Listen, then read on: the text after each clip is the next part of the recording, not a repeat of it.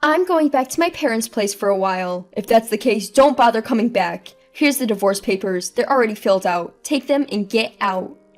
That's what my husband said as he threw the divorce papers at me. So I took them and promptly went to the city hall to submit them. However, he would come to regret this divorce. My name is Jessica, 28 years old. I have been married for a year to my husband, who is 2 years older than me. His name is Bob. Before I got married, I was a freelance graphic designer working from home. Bob works in sales department. I met Bob 2 years ago when I was down after breaking up with my boyfriend at the time. A friend introduced us. At the time, I didn't intend to date anyone, but Bob, who had fallen in love with me at first sight after seeing my picture shown by our mutual friend, asked me to date him, saying, "I don't mind starting as friends." During several outings with Bob, I was touched by his kindness, and before I knew it, I fell in love with him. As soon as I conveyed feelings, we started dating, and 6 months into dating, Bob proposed to me and we got married. Jessica, you're a lucky woman. After all, you've been chosen by me, a popular guy who's the ace salesperson at the company and who is chased by many girls. Bob often said this to me after we got married. Indeed, as Bob said, he was the ace of the sales department, performed well, and I thought he was handsome. However, I couldn't help but wonder about him boasting about it. But at the time, it seemed endearing to me. Love is indeed blind. I love my confident, kind, and manly husband. We didn't have children yet, but I was happy spending time with Bob. However, a year after marrying Bob, I had a problem. "Hey Jessica, when will I get to see my grandchild?" Yes, my mother-in-law. Since we got married, my mother-in-law started saying, "Get pregnant soon," every time we met. Since my in-laws' house was within a 15-minute drive, we went there for dinner several times a month, and I had to hear the same thing several times a month. We're still young, so we thought we'd spend some more time together. Then my mother-in-law let out a big sigh, loud enough for us to hear. "You say you're young, but you'll be 30 soon. I give you a year to watch and see. That's enough, right? You should start having babies soon or it'll be tough for you too. When I married into this family, I got pregnant right away. Besides, you're just playing around at home, aren't you?" Perhaps because there were few jobs you could do from home in the past, my mother-in-law has never recognized my job as a job since before I got married. Besides, the reason we haven't had a child yet is because Bob insists that he wants to spend more time just the two of us. No, that's not true. I work properly at home. I've been telling you that I earn almost as much as Bob. Isn't Bob just covering for you? You're just playing around. That's not true. Bob, say something. Huh? Oh. Bob never talks in situations like this. According to him, there's no use in arguing with Mom. She doesn't listen to what I have to say, so it's a waste of time. Just let her talk and don't take it too seriously. Even though I'm in trouble, he could stand up for me a little. He just lounges on the couch, fiddling with his phone and barely acknowledging the conversation. "Well, you can play all you want, but since you have plenty of time, you should fulfill your duties as a wife. If you don't have a baby within this year, I'll have to ask you to leave Bob," she says. What? It's simple. Bob is the only child in our family. We need a daughter-in-law who can provide an heir. My husband doesn't lift a finger to help me while I'm being criticized like this. I'm so angry about this that when we get home, I confront him. "Why didn't you say anything back there? You're the one who keeps saying we should wait to have children. You need to stand up to your mother." I'm sorry. Mom's just old-fashioned. She can't get past the idea that you should have a baby right after marriage. I get that, but you could at least say something to your mother. Like I said, Mom's stubborn. She won't change her mind no matter what I say. I've told you before, Jess, just nod along and it'll be fine. But your mother, she said if I don't get pregnant this year, she'll force us to get divorced. It's okay, she's just bluffing. Hey, not because of what your mother said, but I actually want to start thinking about having a baby with you. Why are you so against it? I'm not against it. I just want to spend more time with just the two of us. Once we have a baby, you'll be all over the baby and we won't have time for me, he said, hugging me. I find his attitude cute, so I hug him back. However, even though he says these things at home, he never supports me when we visit his parents' house. After that, his mother started calling me every day to ask if I was pregnant yet. I was tired of living like this. I never told her about this because I didn't want to make my husband look bad, but I've reached my limit.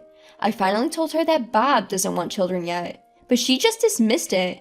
That's because you're making Bob say that. There's no way Bob would say something like that. That's not true. Bob is the one who said he wants to wait. I want a baby too. Oh, really, Bob? Is that true? No, that's not true. I mean, I do want us to just be the two of us for a while longer, and Jessica's okay with that too, he said. I was dumbfounded by his words. Of course I agree with Bob's desire to wait, but conveying that to his mother would make it seem like I lied about wanting to have a baby. And sure enough, his mother glared at me after hearing his words. See, you agreed too. Now please hurry up and have a baby. Don't keep us waiting. And in the end, I was the one who was blamed. When I got home and asked Bob why he had spoken to me in such a way, he responded, "I'll correct it next time," but never mentioned it again. Lately, I've been feeling quite nervous, wondering why I have to endure this. But there was a reason why Bob didn't want children. The truth came to light on a certain day off. That day, I was home alone. Bob has a day each month where he goes out with friends, and that day was today. At first, I was just lounging around at home, but I had plans to visit my in-laws in the evening. And I was feeling down, knowing that my mother-in-law would nag at me again. And since Bob wasn't around, I decided to take a break and go shopping. A little bit of shopping on my own for the first time in a while cleared my mind, and I was about to take a break at a cafe. This cafe had a terrace, and there I saw something I couldn't believe. Yes, there was Bob, an unfamiliar woman, and a baby. I quickly hid so Bob wouldn't see me. Bob and the woman seemed to be having a good conversation, and then suddenly Bob picked up the baby and began to gently soothe it with a smile. I couldn't understand what was happening in front of me. My mind went blank, and I kept watching. He said he was going out with friends, but was this woman one of his friends? But since we got married, he introduced me to all of his friends, and I've never met the woman in front of me. Then Bob kissed the baby on the cheek. Seeing Bob look so lovingly at an unknown baby after saying he doesn't want a child with me hurt my heart. The thought that he said he didn't want a child with me because he didn't really love me came to mind, and before I knew it, my vision was blurred with tears. Could he be cheating on me? The thought made my chest tighten even more. I took a photo of the three of them looking happy, intending to confront Bob. Just as I was about to leave, Bob handed a white envelope to the woman and the baby and was about to leave. I quickly returned home to avoid running into Bob. And 15 minutes after I got home, Bob came home. As soon as Bob came home, I confronted him. "Hey, you were out with friends, right?" "Yeah, I was. What's up with you right after I come home?"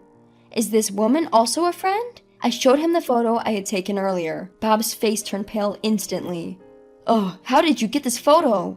"I happened to find you guys when I went out. But what is this about? Explain properly. Are you cheating?" "No, I'm not cheating." "Then what is it? And you even gave her a white envelope at the end. What's that all about?" As I continued to ask, Bob slowly answered with a guilty look. "Well, I was planning to tell you eventually, but you know I'm quite popular, right? So before I met you, I had a few flings, and one of those girls got pregnant." I was at a loss for words at the story I heard from Bob for the first time. "I only found out after we got married. By the time I found out, she was already 7 months pregnant, and they said it was too late for an abortion. I regret ignoring her calls all this time, but she said she didn't want to get married, just wanted me to acknowledge the child. I thought it would be sad for the child to grow up without a father, so I acknowledged the child. We agreed that I would see the child once a month. She's also having a hard time financially, so I've been helping her out with money." My vision blurred as my husband's words sank in, and I dropped to my knees. "Jessica, are you okay?" My husband rushed over to me, but I brushed his hand away. "Hold on a minute, isn't it odd? She was 7 months pregnant around the time we got married. Does that mean you were involved with her while we were dating?" "I told you it's not like that. I completely cut her off once I started dating you." "But we were already seeing each other, right?" "We were, but we weren't officially dating yet, right?" I can't believe this. You were dating me with the intention of becoming a couple, yet you were involved with someone else?" "Jessica, I didn't know for sure if things would work out between us, so I didn't have a choice, okay? And I never imagined she would get pregnant." "But you were still behaving in a way that could get her pregnant, weren't you?" "Well, that's..." My husband suddenly became tongue-tied. I had never imagined my husband could be so irresponsible. I was also infuriated that he had kept silent about it for a whole year after our marriage. Could it be, did you say you didn't need a child with me because you already had one? At my words, my husband jerked and then gave a bitter laugh. "No, I was planning to have children with you eventually. But as I said earlier, I've been helping her out financially every month. If we get a baby, I don't know what you'd do about work, right? It would be really hard financially, so I thought I'd wait until I got a little more raise before having a baby with you." At this point, I was more dumbfounded than angry at my husband's words. "You should tell your mother about it." "What?" "Isn't it obvious? She's always nagging me about having children, and you always pretend not to know, or talk as if I don't want children." "No, I can't possibly tell my parents. They wouldn't understand why I have a child with another woman while I'm married to you." "What's that? Isn't that just being selfish? So I was forced to go along with your selfishness and made to feel bad?" "What? What are you talking about? Are you saying you don't like being with my family? I'm not saying that at all. I just want to say that even though I shouldn't be blamed, I was constantly blamed because of you. I'm not saying I don't like my mother-in-law. What's with your attitude? I've been apologizing, haven't I? And yet you're complaining. Besides, Jessica, you're lucky to be married to a high-spec guy like me. And you're complaining just because I have a child. It's not a small matter. That's it. It's pointless to talk to you anymore. I need to think about a lot of things for the future, so let me go back to my parents' house for a while. Excuse me? What is this all about? How can you even think like that? Isn't it a given that my wife would accept everything about her husband? I was dumbfounded by my husband's words. How could he expect me, just because I'm his wife, to accept something so significant so easily, including the existence of a child he had kept hidden? I was also furious that he had not told his parents about his illegitimate child and, despite being the cause, had made me out to be the villain in front of my mother-in-law. Do you really think being a wife means accepting everything? Anyway, I'm going back to my parents' house. Maybe you should take some time to cool down and think about things while I'm gone. As I said this and started to stand up, he got up before me, went to our bedroom to fetch something, and threw it at me. If that's the case, don't ever come back home. You're not my wife if you can't accept all of me. Here's the divorce papers. Look, they're already filled out. Take them and leave right away. Yes, my husband had thrown the divorce papers at me. You filled them out already. What does that mean? I could understand if he was suggesting a divorce, but having them already filled out meant that he had prepared them in advance. I couldn't believe it and asked him. Then he answered with a sarcastic laugh. You never know what life will throw at you, so it's best to be prepared for anything, right? I mean, I liked your face, but if you can't accept all of me, then I don't need you anymore. Fortunately, there are plenty of women who want to marry a guy like me. I just need to choose a good one from among them. In other words, I have plenty of options for a wife. His words made my blood boil. I wanted to think about everything, including the hidden child, but he was saying that if I couldn't accept it now, he didn't need me and there were plenty of replacements for me. It was only natural to be angry about being treated like this.